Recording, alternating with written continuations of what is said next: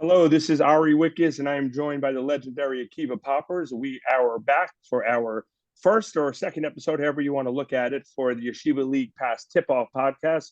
We have a great show planned for you today. It's an MVP show. We got two killers from different tournaments, MVPs of their respective tournaments. We got Aiden Bitron from the MVP of the Globerman tournament, and Benny Kangaroo Kata, the MVP of the Cooper tournament down in Memphis. We are going to have a great show. We're going to bring them on in a moment. First, we wanted to welcome our first two advertisers of the season. We have coolkeepers.com, who's located in Teaneck, New Jersey, and they are all your needs for custom yarmulkes, bar mitzvahs, swag. They have cool tzitzis, everything that is great about Judaica right now. Go to coolkeepers.com. We'll mention their websites. You'll see them on the screen. Check them out. It's really great. I know them personally. And, if you're looking to make a bar mitzvah and you wanted to get some great stuff, they have it. Not just kippahs. They have a lot of things. And their tzitzis are really, with tzitzis out Friday to support Israel, they've really been doing something special. So that's one. And then we have Holy Schnitzel, which is synonymous with good food. They are located in Cedarhurst, New York. They have chains all across the country. Holy Schnitzel, where you can get all your chicken, all your salads, whatever you want to do, you can find something, and it's really great for a late night, championship game, and you want to celebrate afterwards. Head down to Holy Schnitzel. So those are our two advertisers. And now, speaking of two, this segment of our Players of the Week is brought to you by CoolKeepers.com. I should actually mention with Aiden and Benny, you're going to be getting a $10 gift certificate to CoolKeepers.com. So you'll be able to go online. I'll send you that information afterwards, where you guys can go and purchase something for maybe your coaches want a new kippah, maybe you want one for yourself. Whatever you want to do, you'll be able to check it out. But now, without further ado, we bring in the two MVPs, Aiden Bitron from Shalhevet and Benny Kata from Flatbush. So, Poppers, first of all, are you excited to have this? I mean, how much we had to compete with ESPN, ABC, Fox Sports, and they agreed to come in the Yeshiva League Pass tip-off to do these interviews with us. Well, there's no better place to do an interview than the Yeshiva League Pass tip-off show, right?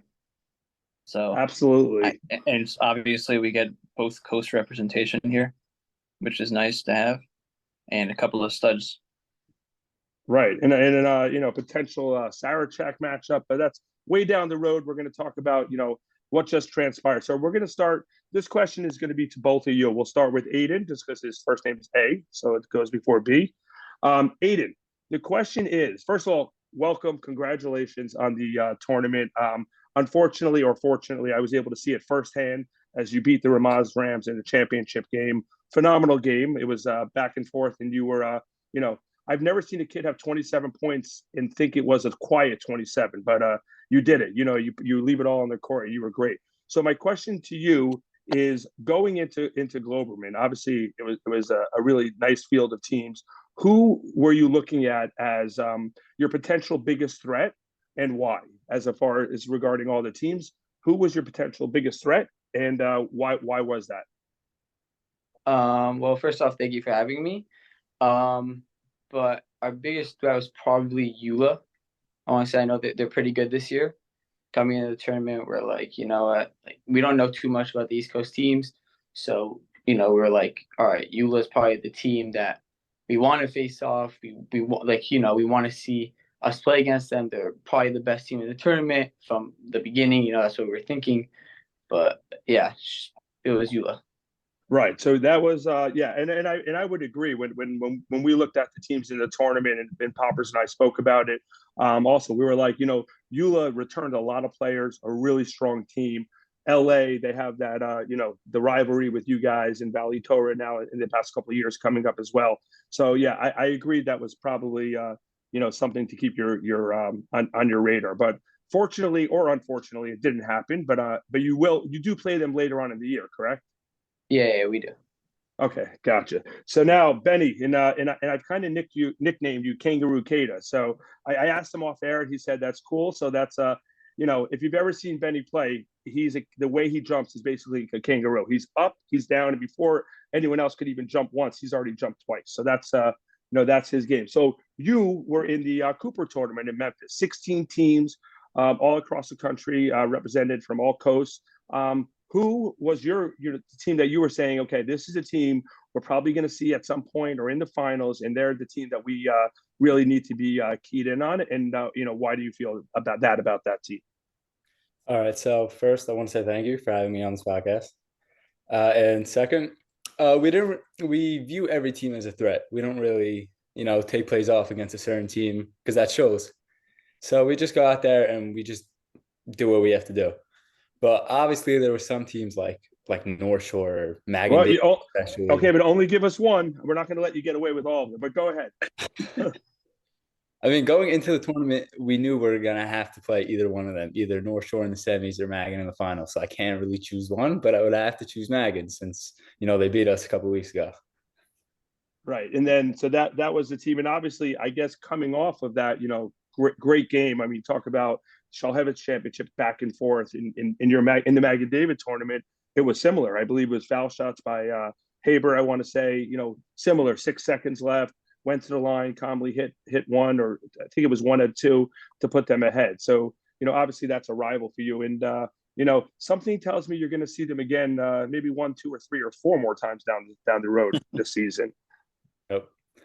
All right. And by the way, I should also, as a disclaimer, just let everyone know these questions were not spoken to about with these two MVPs. So they're handling these questions like MVPs. They have no idea the questions that we're coming out with. Poppers and I obviously did come up with it, but just so you know, because that Kata's answer was like as almost as if he was already reading a script. So good job there, Benny. All right, Pop, you're up. Yeah, that was good stuff. Now I'm curious, back to Benny, because your game is very well rounded for Yeshiva League big. Right, oftentimes we'll see bigs in the Yeshiva League where they can do one thing or two things, but your game for a big is pretty well rounded.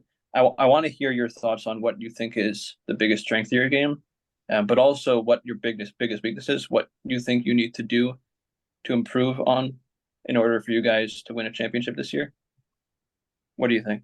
So I definitely think my strength is just my impact on defense, just being there.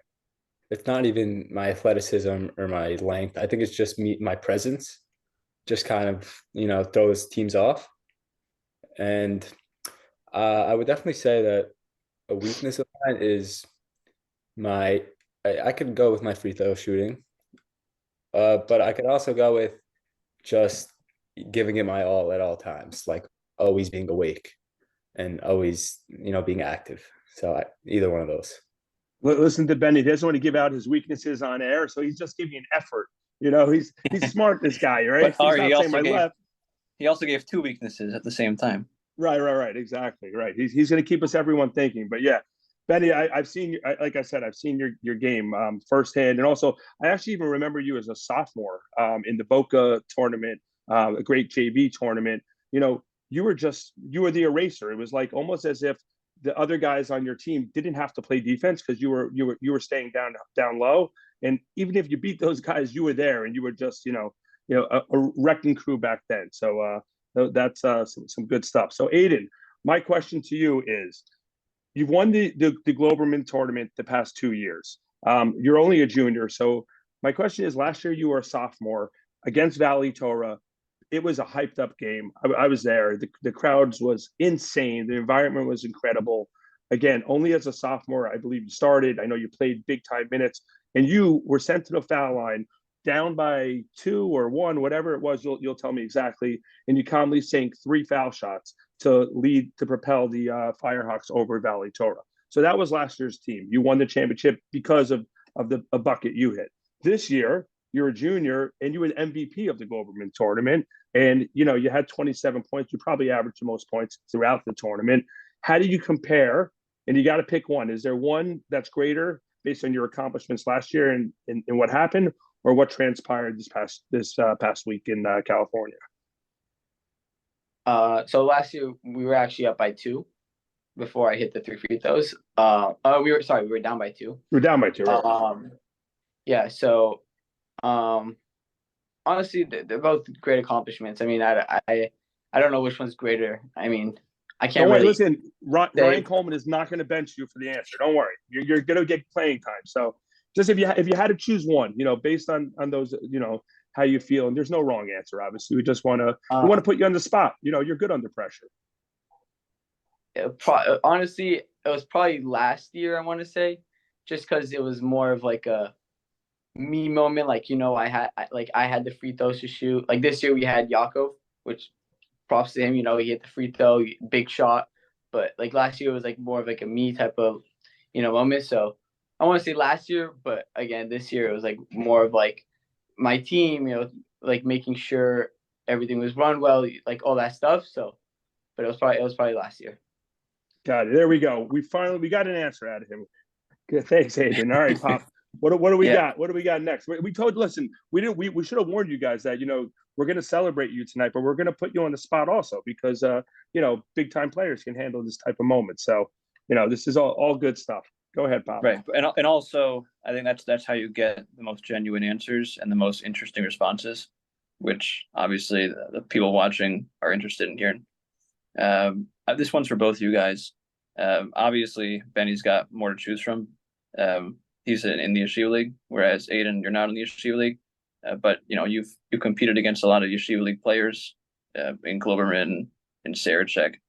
So I want to hear who you think is the best player you've played against from the Yeshiva League, and why you think they were so tough to go up against.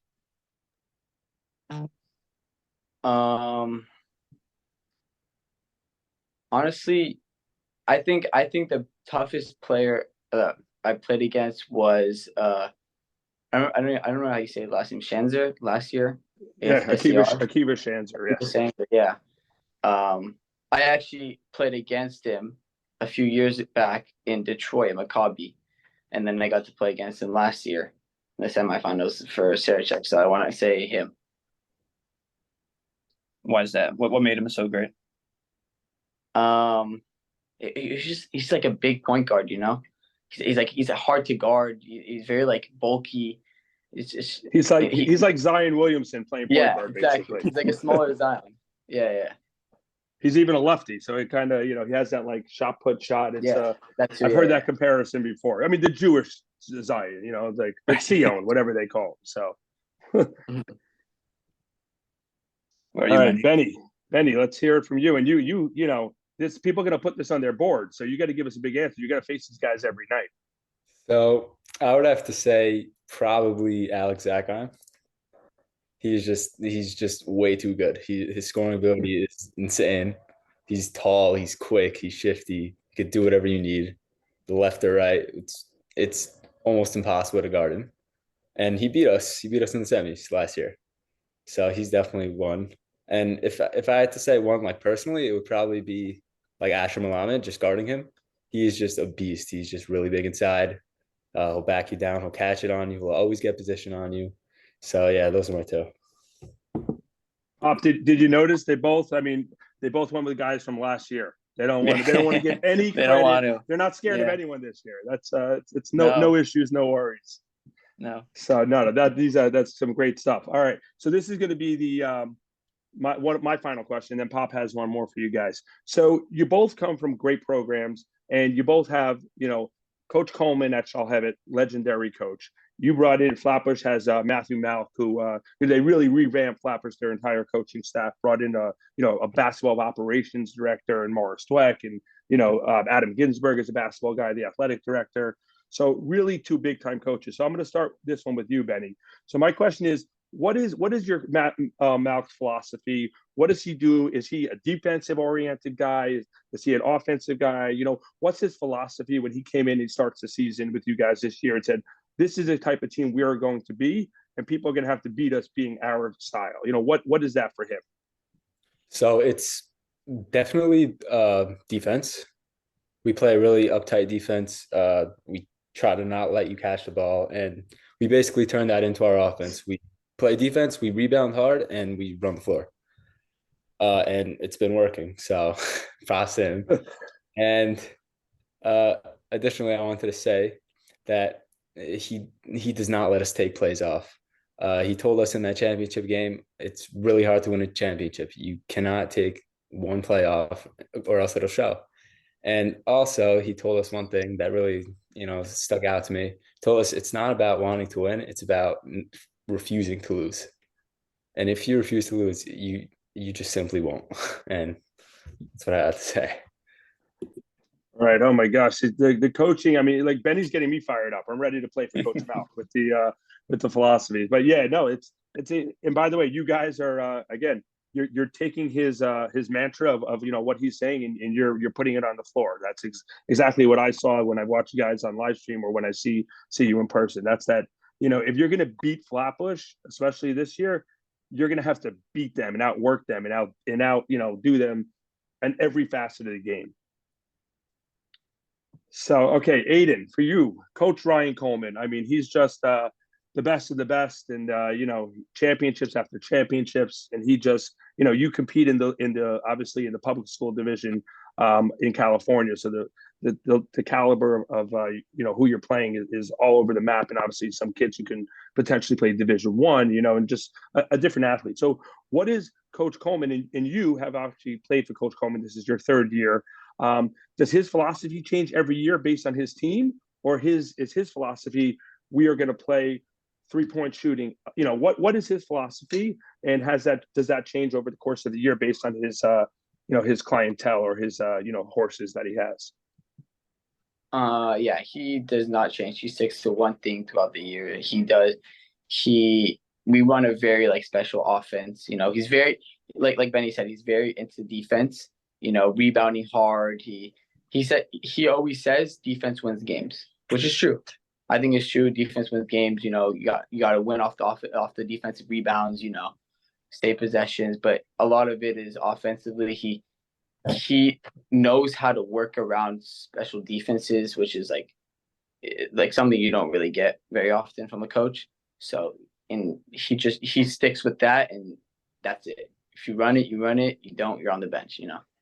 Right. and I'm assuming you're running it pretty well, because I don't think I saw you on the bench at any point this tournament. So you're listening to what he says, or Coach Coleman is bending his rules a little bit for a star player. But good job. All right, Pop, you have one final question for our two MVPs. Yeah, I mean, obviously, from each coast, you can each make the argument that at this point in the season, you're the top teams on your coasts. I mean, I'm sure Eula or Valley want to think otherwise. I'm sure Magan wants to think otherwise. But at this point, having one Glorman, having one Cooper, you have the right to make that argument. But obviously, a bigger dog than Cooper or Globerman is Sarachek. And so I'm interested to hear both of your thoughts as to, looking ahead 4 or 5 months from now, who you think is going to win Sarachek. Well, you didn't say who's answering the question first. Neither of them are jumping to the Neither one yet. They don't want to answer this one. No. All right. Well, we started with Aiden at first. Let's go with Benny now, right? Aiden had our first question. So, Benny, you can answer it first. All right. So I think I don't really have much of a choice, and I kind of know that we're going to win. I do think we're going to win. I think we outwork every team. We put in so much effort, so much work, so much sweat, and I just cannot see us losing. All right, there it is. Be prepared. Flatbush is ready to take home another crown. Aiden, what do you got? Who's your Sarachek champion 4 months from now? 4 months from now, it's a tough question, but I think it's us. I mean, I can pretty much say what like Benny said. We work hard, but 4 months from now, God knows what would happen. Who is where. But I think we have a very good chance of being there. I'll be excited to see if it'll be us versus Flatbush, in the championship. Yeah, that's what I'm looking forward to. A lot of our audience would be excited too, because that could potentially be a super game, if it transpires. And, it doesn't even necessarily need to be in the championship. You know how seedings work and everything. And as you said, Aiden, there's a lot of basketball left to be played. Things will factor itself out. So I just want to say one other quick thing. Aiden, I'm pretty intense and locked in during games, but I think your dad was right there. I mean, we were about 4 people away from each other, and he was as locked in as I've ever seen. So he is, I know you had that support there with him, and Benny, obviously your family's behind you. So to both of you guys, congratulations. You are our coolkeepers.com players of the week. We want to wish you the best of luck and hatzlacha on the rest of your seasons. And stay in touch, and we will send you those gift certificates. And you can rock those new cool Keepa gear. And we look forward to potentially maybe even seeing you back on the podcast when we have a Sarachek MVP. We'll leave that to be determined. Thank you. Thank you for having me. All right. Thanks, guys. Thanks, guys. Here we are with our Camp La Vie power rankings. So the rankings are out. I personally was at the Gloverman tournament. Kiva Popper sees all the messages that come in. So, these conversations are the preseason was based on, what we thought and everything. And, we had some good, back and forth with kids and teams. So, now that we have a little more sample size, we're going to get into our power rankings. So at 19, I believe it's a new 19, not that you're looking to be 19, but they're in the top 20, is the MTA Lions. Pop, why is MTA sliding in at number 19 in our power rankings? Yeah, well, they lost to Orr by 11, and then in Cooper they just didn't look so good. So I would expect MTA to go up from here. I don't expect them to sit in the basement all year, but for now they really haven't done anything to prove they belong elsewhere. Got it. There you go. At number 18, we have the Rambam Ravens. Rambam, they had a win and a loss, I believe, in this past week or two. What have you seen from them? Yeah, well, they've had the 3-point win over Kushner at home, which included a half-court shot, which maybe we'll see later on.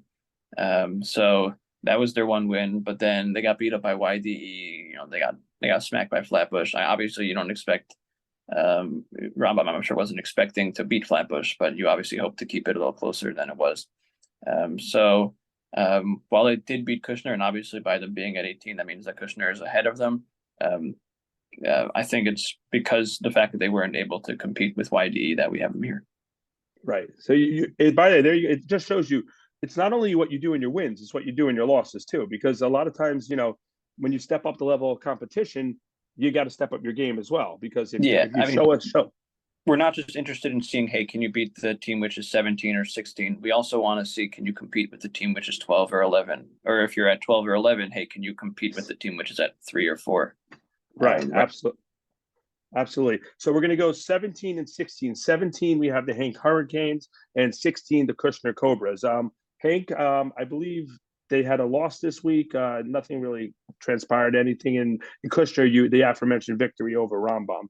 Anything you want to add about those two teams? Yeah. So Kushner lost to Rambam, but then they beat Hank. So they have the head-to-head there. Now, obviously, you're like, okay, well, shouldn't Rambam be ahead of Kushner and Kushner ahead of Hank? But we don't make everything based on head-to-head. And we do take every game into account. So even though Kushner beat Hank and lost to Rambam, it's kind of, well, we haven't seen them against one of the other higher teams, so I don't know what to do with them. So it was more that Hank and Rambam didn't show that they deserve to be higher, rather than Kushner proved that they deserve to be higher. But obviously those three are in flux at this point. Got it. And then we have coming in at 15 and 14, we have, ironically enough, they just played each other in a thrilling double overtime game. At 15, we have Or Yisrael, and at 14, we have the Heschel Heat. As I said, they had that game where it was, I believe the game was at Heschel, and it was a double overtime victory for Heschel. And, this is really the first we've seen or heard about Heschel. They haven't really been in any tournaments or anything. And, they beat Or Yisrael, who is a team that we said could compete with teams. And, we just feel like those are those two teams in where they belong. Yeah, I think it's important to point out, just for everyone watching, that we're recording this on Tuesday night. So Heschel's playing a game as we speak. But that's not taken into account for this power ranking. This power ranking is as of Monday, Tuesday. So yeah, the only game which Heschel's played at this point is against Orr. And because they won, we have them ahead. Now, Orr did have that win against MTA. That double overtime game was great. Rosada had 36, even though he was cramping up. Again, those two kind of in flux, but we basically just flipped them from last week. Right. And also two teams quickly, just the last thing about mentioning about them, two teams that will give some higher teams on their schedule in the rankings, good games. So that, definitely have room to improve there. 13 and 12 and 11, we'll kind of pack them in together. We have 13, we have the Hillel Heat. At 12, we have the YDE Thunder. And at 11, the Waterbury Wolfpack. Hillel was at Cooperman, didn't have a great showing. I think they lost early on. And, some of those consolation games are kind of hard to judge because you don't know who's Yeah. playing, who's sitting. But they haven't really done much this year to show us that they're anywhere but where they are. YDE is, again, they lose to the teams that are better on paper, and they beat up on the teams that are below them. And Waterbury is that great, be ready every night, as far as, you never know what's going to happen. Yeah. I mean, I think the argument can be made that Waterbury deserves to be below YDE, just because YDE was, they didn't get blown out by half their DRS, but I mean, they weren't super competitive in either of those games. But Waterbury does have a win on their resume, of against Hank. YDE has the win against Rambam. I mean, some of this is also what we expect. That's some resume there. Where are you applying for a job with those 3 wins? I mean, that's no joking. They do have 3 wins. You got to beat the teams on your schedule. Some of this also is what we expected coming into the season. We're only in November, early November, so right. We do still take into account expectations coming into the year. It's very hard to judge based on 1 or 2 games. Right, absolutely. And here now we're into our top 10. At 10, we have JEC, which I don't know if they've had a game since our last power ranking, so not much else to say. We're just basing them on how they performed at the Mag and David tournament. Again, a good team. They have some tests coming up in the next week or 2, so we'll get more information on them. And again, they're playing right now, but we're not taking that game into account for this ranking. Although, if you've ever seen Popper's cave, he's got like 42 screens of Yeshiva League basketball and everyone. That's a joke. that is not happening. But yeah, they are playing right now, so we'll see what how that goes. So now we have the top 9. At number 9, we have the SAR Sting.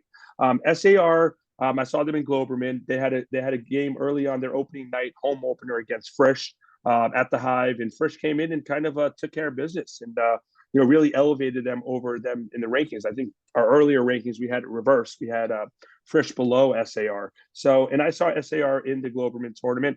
A good team, missing probably one of their better players. Itzhaki is a big guy. He's injured. Heard he's coming back shortly. So if you're going to play them, hopefully you play them now. And Mateus Elias, the junior, also, he told me he's about 2 weeks away, or maybe even a little less. So not at full strength, but a solid team. They got a great junior in Weiss and Glick at senior, Teplitsky. They're a good squad. They're going to get better once they're fully healthy. Yeah, I definitely expect them to get better.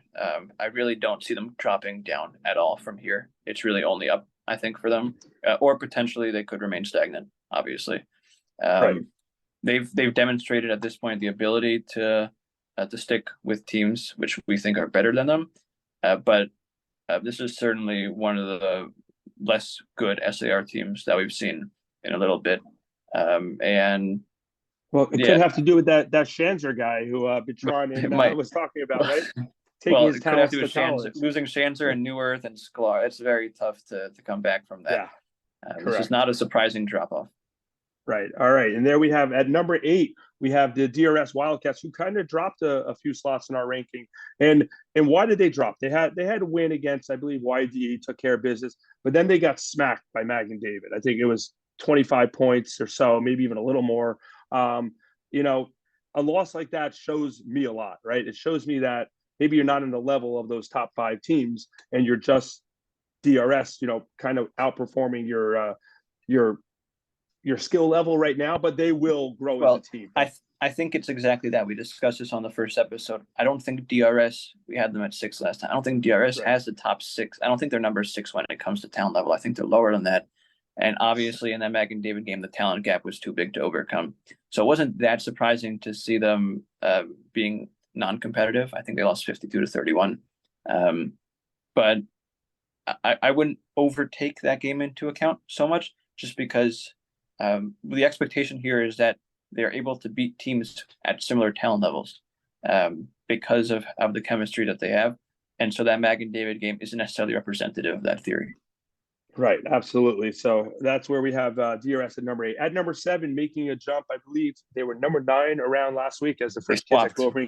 Yeah, they kept telling me, number 9. I'm like, well, let's show me. You're like, well, we beat SAR. I'm like, okay, beat someone else. No, that was a good win. So we at number 7, we have the Frisch Cougars. Frisch is a team where I think that this year, definitely unlike last year, where we had the superstar, arguably, maybe not even arguably, the best player in the Yeshiva League last year, Alex Zachheim. this year there's not a star player, and I think we kind of alluded to this earlier on. Yep. Rona Human, Ezra Berkowitz, Noah Fishman, who I didn't mention in the first week, and he told me that I didn't mention him when I saw him. Actually, no, he didn't tell me. Someone else did, and I go, you're right. So shout out to Noah Fishman, a good ball player. They're always going to have 5 kids on the court who are talented, solid, and can play the game well. So they did it in Globerman. They played some close games. They won a couple. I think they ended up losing in the quarterfinals at Globerman, but they're going to be a good team, and they're going to always compete. And they're at number 7, and we're going to mention them later in our game of the week spotlight. So we have Frisch at number 7. And I would just note, in addition to and they had those close games against Shalhevet and Raschi that they lost, but they also had a game against Jewish Culture, which is an all underclassmen team, which I think will be really good in a couple of years, and has been competing in these high level tournaments and getting beat up in order to win later on, which is great for them. Frisch was down 15-0 to them, and Frisch won the game, but that is not a sign which I would want to see. You don't see title contenders go down 15-0 like that. And obviously, this is only November, and there's still plenty of time left, but that would definitely be a sign of concern for me. Right, absolutely. And here speaking of concern, at number 6, we have, I believe they were number 3 in our power rankings last week. We have the North Shore Hebrew Academy Lions. So North Shore, I have, they struggle. They really struggle. We talked about the uncertainty with their big 3, with the injuries that they were trying to overcome and fight through. And it really showed in Cooper. They came in Cooperman as the number 1 seed. And obviously, the Cooper tournament didn't do as much research as we did, because we would not have put it as number 1, based on the net here and now as far as their availability. So they struggled. They're big guys. And what really happened is they got beaten by a lot by Hafter. I believe they lost by 20 points. And then it kind of rolled from there. They were just getting beaten. But once you're in consolation, it doesn't really matter so much. Right, absolutely. But they were actually Poppers. It was not a close game against Hafter. Right, and you actually pointed this out to me, which is something that I totally agreed with. Is they don't really have much depth at all. So when you have injuries from your big guys, if the talent level's here, and then you're going down, 4 levels below to the next player, we're talking about superstar players. They don't have the level, or they don't have the depth of talent to choose from that some of these other schools have. Right. Just based on the size of the school and the team composition. Now, that's not to say the guys on the bench can't play. It just is obviously a significant drop off when you have, Carmelia's not 100%, and Bizadeh and Zarka, they're all banged up. Everyone is banged up on the team. It's basically a disaster right now. And there's really who knows how this is going to go, because this could totally spiral. I mean, I felt they needed to get kicked around a little bit. Obviously, I didn't expect them to lose by 20 to Hafter, but you almost forget how to lose, and now you remember what losing feels like. Right. And now you're at a point where let's see how you respond. Right. Yeah, absolutely. And so they also have yes. Go ahead. Sorry, Pop. Yeah, because they were non-competitive, obviously they had to drop a significant amount, but it's not shocking that they lost after. Right? It's not surprising. Right. No, absolutely. And speaking of Hafter makes the jump in our rankings. They go from, I don't remember their exact slotting, 8 last time. 8. So they jumped up to. They took the 3 tumble forward as opposed to North Shore tumbling back. So Hafter had a really good tournament. I mean, they came in as in the Cooper tournament as a 8 or 9 seed. They played Katz Yeshiva in the first round, back and forth game. Hafter was victorious, led by Kevin Levy, and then they went into North Shore, which I personally thought it was going to be North Shore, taking care of that game. And we aforementioned, they got smacked. I mean, they smacked North Shore, ended up winning by 20. And then they faced Flatbush, who they had faced earlier in the Maggie David tournament, and lost by a lot of points. They lost by a lot of points again, which doesn't really mean that Hafter's not a very good team. It just shows you where Flatbush is right now. They're just on kind of their own tier right now with Yeshiva League teams. Maybe Maggie David wants to say differently. But Hafter at 5. Again, they don't have as much depth as some other teams, although their starting 5 is really well-rounded. Inside outside game, and I think that's why they're at number 5. And they have a tough game coming up again with Flatbush in the next week or so. Yeah, and I mean, obviously, it's a talented group and one which belongs. And we knew as of a couple weeks ago they belonged in the contender conversation. We just needed to see the results, and obviously now they have the results. Right, absolutely. Now we are in the top four. At number four, we have the TABC Storm, who I think we kind of had them at 4 or 5 last week. So they again they were in the Cooper tournament. They beat their most impressive victory to me was kind of a loss. They lost to Valley Torah, I believe it was an overtime game. So I think they showed us. I forget who they played in the first round. I think it was more of a mismatch, out of town school. But so in the first game they played Mimo, which was more. Oh, right. I wouldn't call it a major mismatch. Right. I take that not back. a bad I thought team. it was like someone else. No, I thought it No, was someone Mimo's else. not a bad team, but they actually played poorly against Mimo, and they won by 4. But certainly it wasn't a game to write home about. And in the Valley Torah game, obviously, on paper, okay, wow, you played close against Valley Torah. That's great. You went to overtime, but they blew a 6-point lead. They missed a couple of free throws with 11 seconds to go with the game tied. So they had every opportunity to win that game. And you could argue that they're better than Valley Torah regardless of the result. And it was a good learning experience given how young they are. Absolutely, yeah, and that's why they're number 4. So, and number 3, this kind of what you just said about TABC. They had an opportunity at the end. They missed some foul shots. They gave the game away. So the Ramaz Rams coming at number 3 in our power rankings. Obviously, I have a lot of knowledge about their program and their results. They had a phenomenal tournament at the Globerman tournament.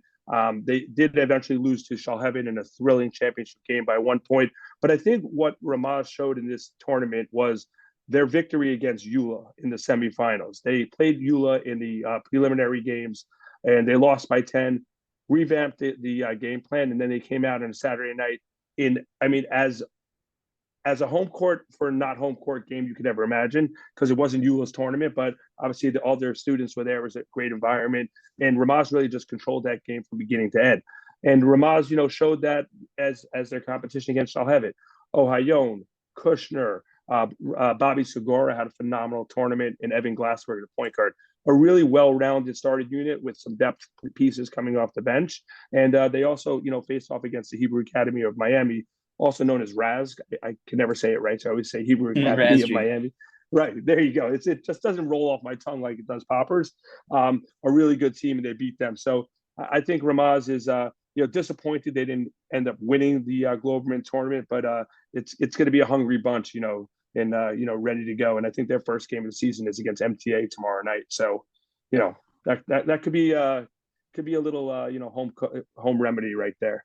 Yeah, I think this group of 3, 4, and 5 are teams which belong in are obviously championship contenders. They obviously belong in that conversation based on how they've played up until this point, based on the talent on the team, based on the coaching on the team. But they haven't gotten it done yet in game when it comes to winning the big ones. It feels like that 3 is a tier unto itself at this point in the season. Obviously, they will separate over the next 3 months. Yeah, I totally in agreement with that. And that brings us to number 2. So last week we had, I believe it was Mag and David as our number 1. And this week we dropped them down to number 2. And I don't really see much of an argument. Obviously, Magan beat them in their home tournament by 1 point, back and forth. This tournament, Flatbush kind of controlled the game from beginning to end. Magan had a great tournament. They beat Valley Torah, and I think they beat them handily. A really a good Valley Torah team. We're not sure how good because we have to see them play. They had a lot of losses last year as far as personnel, but obviously a good team. Magan handled them nicely. One thing to mention is Jack Haber is injured. He's going to miss about a month from our sources. They tell us, but I did look. And it sets up nicely if you're going to get injured in first of all, Fuish Lamer and a special speedy recovery to Jack Haber, who had some injuries last year and is a phenomenal player. I looked at their next month of games. I think Jack can take his time and heal up. It's probably a little softer spot on their schedule. He'll be back. But it just happens to be they play Flatbush in just over a month from now, so he better actually keep to that timeline. Exactly. I think it was like December 12th, like right when we heard about someone informed us 4 weeks or so, and obviously we'll see how everyone heals. But he's got some people on the lower tier of the rankings or higher, Sure. however. But it should be noted also that he did not play in that game on Sunday. He got hurt on Saturday. Correct. Right. So that was a game he did not play in again. In 2 weeks prior, he hit the game-winning foul shot. So Magan David, number 2, and again, I think there's going to be a lot of flip-flopping throughout the season between a lot of these teams. And I would just add, in that Valley Torah game, I don't think the final score is representative of how close it was. It wasn't that close. It wasn't 25 for bad or whatever. The final score was 64-36 or something. It wasn't that bad. But they did shut down Ethan Liss, which was impressive how they were able to eliminate him from that game. So that was certainly an impressive performance. But obviously, they lost to Flatbush, so there's no way we couldn't. So hold on, drum roll, please. So the number 1 team in the country as of November 7th, I believe, Tuesday night, is the Flatbush Falcons, led by Benny Kager-Ukeda, Isaac Cooper, Ronnie Shaya, Haddad, so many guys. The mid-range Mamba, I was talking about Shama last week, or so many kids. And again, it's kind of what Benny said at the beginning of the episode. They're not letting teams beat them right now. They're just playing on a different level. They're playing fast on offense, fast on defense, hitting threes, bringing kids up. Sammy Jamal, sophomore, coming off the bench, who I think even started last year. They have a lot of weapons, and their coach is throwing kids in different spots. And remember, valuable minutes happen early in the season, and especially in big moments when you get that experience, and that's really going to show up later. And I think they're the clear-cut number 1 team in the country for Yeshiva League basketball right now. Right. Well, first of all, you need talent to win, and they have talent. But secondly, they have the combination that you're looking for outside of that, right? They hustle, they work hard, they push the ball, they defend well, but also they look very prepared for that tournament. It looked like the coaching staff had them prepared. And when you have a big man like Keita, when you have shooters, you're going to be dangerous. Obviously, they weren't the number 1 spot just based on the performances so far. Right, and it's also like Benny just on defense is just like I said. I mean, I remember seeing him in sophomore year. When it breaks down, you have him sitting at home, waiting under the basket, and good luck to you.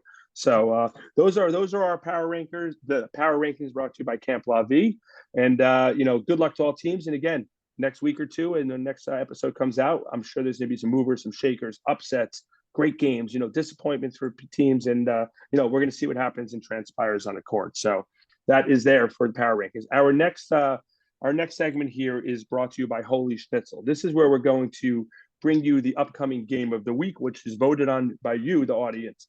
Poppers put that poll out there on Yeshiva League Pass Instagram, and came out, pretty heavily skewed to this game. This is going to be a great game. It's November 12th on a Sunday. North Shore, which is number 5 in the rankings, is going to travel to Paramus, New Jersey, to take on the number 7 Fresh Cougars. We don't put spreads on the game, but it's going to be a close game. Each of us are going to give our predictions. So the interesting thing here is, how healthy is North Shore, right? Because we know we don't know what's going to be until we see. I spoke to Coach Shalom of North Shore. He said, they're definitely banged up, and Shalom is a straight shooter. He's not saying anything that's not truthful. And he said, Carmeli's kind of on a limit, on a minutes restriction.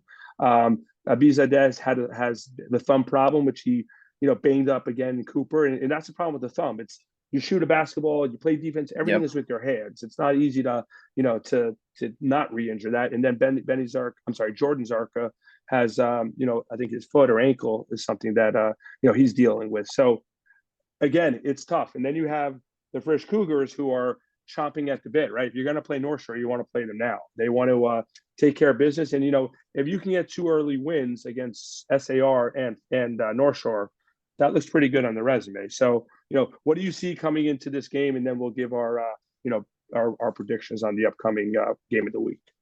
Yeah. Well, as you mentioned, obviously North Shore is wounded right now. It's kind of like a blood in the water game, right? I think every team in the league senses the blood in the water. Obviously, North Shore was expected to be at or near the top of the league, and there's a clear drop off right now in performance, which can obviously at least partially be attributed to the injuries. So no doubt about it, Frisch wants a little revenge for last year's championship game. Oh, by the way, I didn't even realize that. Right, this is a champion. That's funny. I'm usually on top of my game, Poppers, but there you go, exposing me for not doing complete research or not even realizing. Right, this is a championship rematch. Great call. And it's also and North Shore has no games between now and then, so this is their first time to get healthy. In the well, right.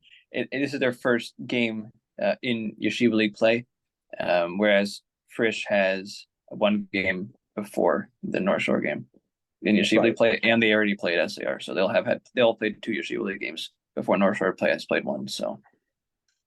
Right there, and it's going to be a great game. The other thing to consider is North Shore has. There's no question if they did strength of schedule, they have the most lethal schedule of anyone. I mean, obviously their division is really strong this year with all the. If you look at the power rankings, besides maybe Ramaz and TABC, some of more of the higher ranked teams are from the Eastern Division, and then they're out of town. Their out of conference games are against, I think, Mag and David and maybe TABC or all top teams. So they don't really have a chance to get to slide into it. So it's going to be a great game. I don't know. Something tells me that North Shore is just going to be ready, and they're going to be hearing the chirping on the wall. And I'm going to give a prediction where North Shore wins the game. If I look at it on paper, based on what reality is right now, what I think, I just feel like the heart of a champion. I think Coach Shalom is going to get them reading these paper clips, the newspapers or the internet posts and stuff about focusing on what they haven't done, and maybe in a week from now. A little less than a week, they will get a little healthier. And I should say with the disclaimer, this is if their big three play, even a limited capacity, I think North Shore wins the game by 5 or 6 points. Yeah, well, the problem with suggesting that North Shore is going to use the newspaper clippings or whatever as an incentive to lock in is that if we both pick North Shore, then if anything, the pressure is back on them, right? Right. But I too, along similar lines, I should note we do not. Right. I was going to say we do not discuss this. We do not discuss our picks beforehand. I'm also going to go with North Shore. I do think that if with the big three in danger here, hurting a little bit. Obviously, I would take Frisch on a talent level. If you take those 3 out and they don't play whatsoever, the drop off is real with North Shore. But I think the reserves are going to be able to give them enough in this game, such that when their studs are on the floor, they're going to outscore Frisch enough to the point that they'll be able to hold them off when they aren't on the floor. So I too will pick North Shore. I'll have it by 3. Okay, there you go. 48-45, let's say. Oh, wow. I wasn't going to give a score, but if we're all right, I said 6 or 7. You said 48-45. I'm going to say 54-48. That's my prediction. But again, I should also note this is, like I said before, it's all about how you respond, and it's totally conceivable that Frisch wins this game by 30 points.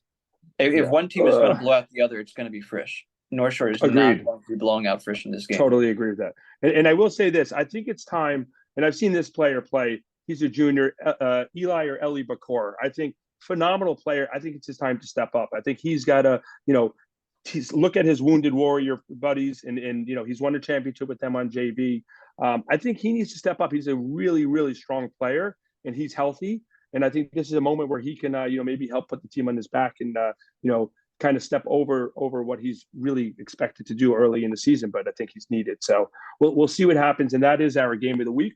We both pick North Shore in a close game. And, I'm sure the Frisch love or hate that we've been getting may continue. But, maybe it's just going to be put right back into us. So we'll see how that plays out. So now our next segment, and this is exciting. This is our plays of the week. And plays of the week, people sending Poppers clips in all the time.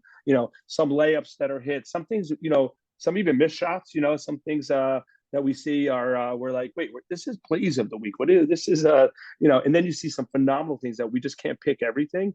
I mean, you and your staff are in that video room rewinding. It's like the New York City the studio when there's a overturned call. They're going back and forth to really give us. And this is just someone's opinion. Keep sending them in, even if you thought you had a great play. This is just what our staff voted on as far as plays of the week. And this week, I believe it's 7 plays of the week we have. Yes, it was. There was a clear drop off after these 7 plays. Let me put it that way. But all 7 plays belong on this list. Right. So here it is. Enjoy the plays of the week. Wow, those are some plays of the week, as you said. I mean, those were insane, and that number one was I was on my laptop watching that firsthand, and that was I don't even know what was better, the pass, the finish, the just the mayhem that ensued, and that it was a championship tournament. What a great! That's the only thing that's going to block. I'm sorry, as I use the wrong words, or maybe I'm right. That stops Kada this season, right? Is Right. his number 2 was the block and dunk where he just you just don't see that in Shiva basketball. You don't see a guy block a guy. No, but Yeah. that the pass and the bucket combo to win a championship had to be number 1. Yeah, so those are great. And anything getting plays of the week, congrats to all those teams and kids who took part in those plays. And again, keep them coming, keep them sending in, and keep making moments happen that we're happy to share. So that was our Yeshiva League Pass tip-off podcast number 2. It was a great episode. We thank Benny Kada and Aiden Beatron for joining us. They're MVPs of their respective tournaments. Remember, we're going to have a guest or 2 on every week. Every guest who is coming is sponsored by Cool Keepas. You're going to get a gift certificate to that store to purchase something. And we want to thank our sponsors, coolkeepas.com, all your Judaic gear, yarmulkes, tzitzis. They're cool tzitzis, which are dry fit material. I'm not the biggest tzitzis guy, but I have a package coming my way next week. I will be rocking the cool tzitzis. Yeah. So Poppers, I know you're wearing tzitzis no matter what. So they're we don't need to worry about that. But I am gonna wear them, and I'm looking forward to them. So we have coolkeepers.com. Check them out. They're in Teaneck, New Jersey. Their website, which you're going to see here on the show, which you can go and mention you saw them at Yeshiva League Pass Tip Off podcast. And see what else they do for you there. Yeah, and then we've got their cool logo on the screen, but the website you can see in the description, and you can click the link there and see more about them. Right, absolutely. And our other sponsor this week is Holy Schnitzel, which is it doesn't even need to be talked about. Holy Schnitzel is just it's funny living here myself in the 5 towns. Anyone who comes in for a tournament, a game against Hafter or DRS, they usually end up at Holy Schnitzel. It's just one of those spots where after the game, win or lose, you're going to be winning by eating there. So Holy Schnitzel is awesome. They're on Uber Eats. Their website you can call, you can pick up. It's in the 5 towns in Central Avenue, and then they have locations throughout the tri-state area. I think even Miami. So they're all over there. Holy Schnitzel, it's a great place. And Poppers, that was a great episode. It's always great working with you. And it's funny that we all have a lot of similar things, and we don't really prepare our personal opinions with each other, but we kind of are aligned in a lot of ways. So a great pleasure working with you, and we'll look to see what happens on the court these coming weeks, and we'll be back with you on episode number 3 in our next show.